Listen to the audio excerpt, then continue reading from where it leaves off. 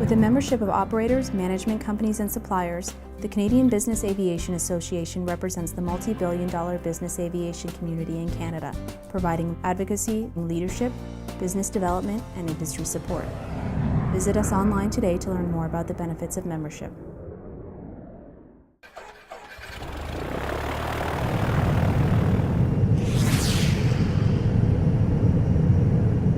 Business aviation is a critical part of the Canadian economy, even though it's often dwarfed by its commercial counterpart.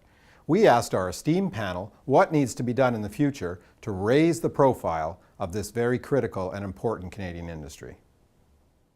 Business aviation is here to stay. It's not going to leave.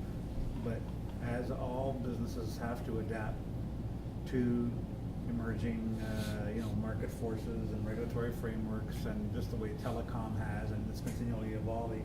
I think business aviation has done a great job evolving with technology and the different frameworks. I think it's going to always,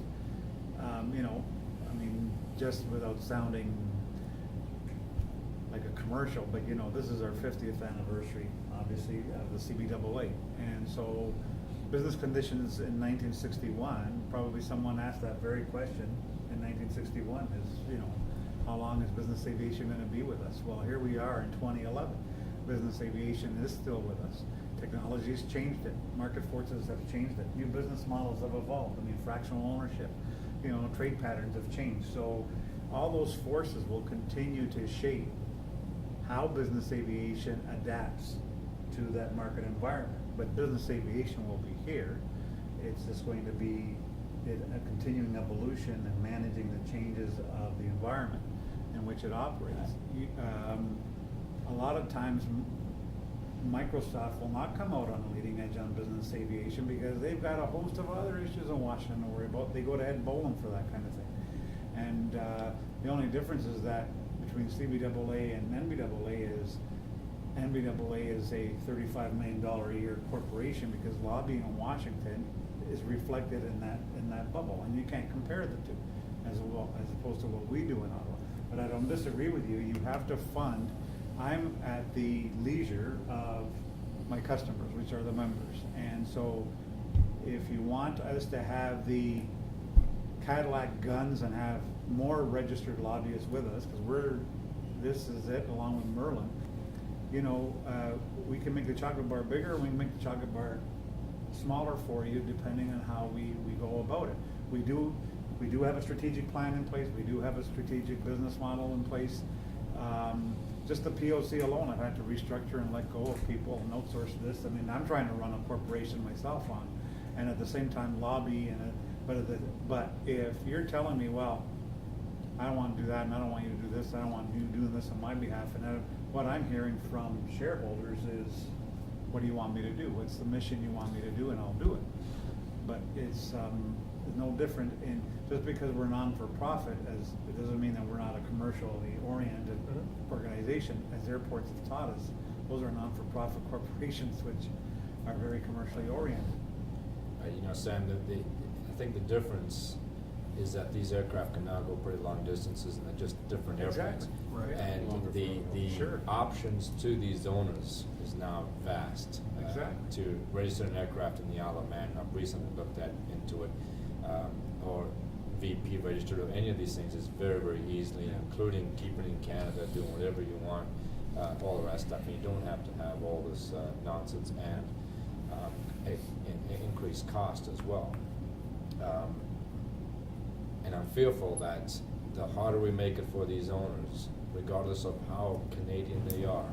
I've been around aviation for almost 50 years now, and until we can get rid of the fat cat syndrome, BizAv, jet, and big heavy stuff, that's one area, but BizAv goes all the way down to the guy that's flying the 182, puts a mechanic and some parts and goes to the job site and fixes the pump that doesn't work.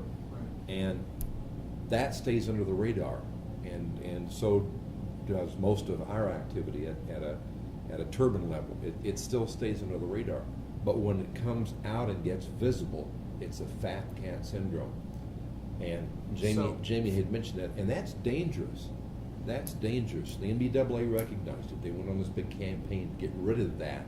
Yeah. Again. So how do you shake that? I was mean, just we've gonna talked say, a little whose bit about this. responsibility Mark is it? raised it before, and Yeah. a few others around the table have talked about how we need to get out there and get our voice heard and step up, but we need more leadership, and frankly, that's part of why we have this industry roundtable. It's part of the theme of our convention this year. 50-year history, but it's a critical time, and things have to change. The government We do- looks. Sorry. we just do need more people in the industry to step up and offer to assist. We've gone through some of this in the past with the critical things that were going on at POC, and we've had varying successes with getting members and people in the industry involved. It's been hit and miss at sometimes, and I think a few people around the table are very familiar with that.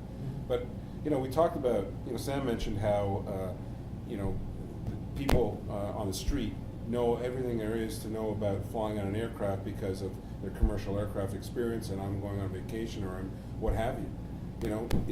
Is there a way around this? Is there a communication campaign that we need to look at that starts educating the public on the value of business aviation and what we're up against and the problems? It's intolerable as an industry to have an aircraft manufacturer in this country making $50 million aircrafts that take 6 months to put in service now.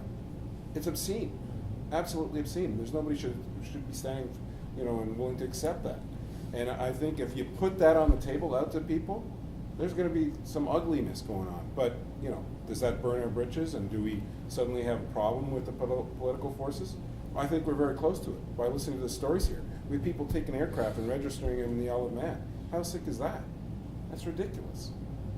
And on the education side, I don't know if we have we do not have a well thought out education system around aviation in this country. If we do not get the story on who we are, what we are, and how important we are as an industry enabler, an economic enabler, and people talking here today about it's a very important tool. Why are we embarrassed about it? We went through this whole thing. It's a useful tool. People spend lots of money to use that tool to make their businesses better. We have people sitting around the table who are living proof of that. Yes. That will not solve our problem with the government. We run into this problem every single time. POC is a perfect example. We had the same problem with CBAA. Imagine, if you will, there's a company making these large aircraft, and you could not land a Bombardier manufactured aircraft at Pearson Airport until very recently with more than 15 passengers, unless you had it cleared at a different airport. You still can. Well, we just made those changes. We just resolved that issue. But it took us just very recently. So it took us a long, long time. Why should we accept that? It makes absolutely no sense. So how do you make that shift? Do we keep fighting the war with the government and get nowhere? Do we decide to change our communication program? Do we go to a different level? Do we get some powerful business people in a room with Tony Clement and Harper? Like, what's going to make changes here? Because what we're doing right now is not working.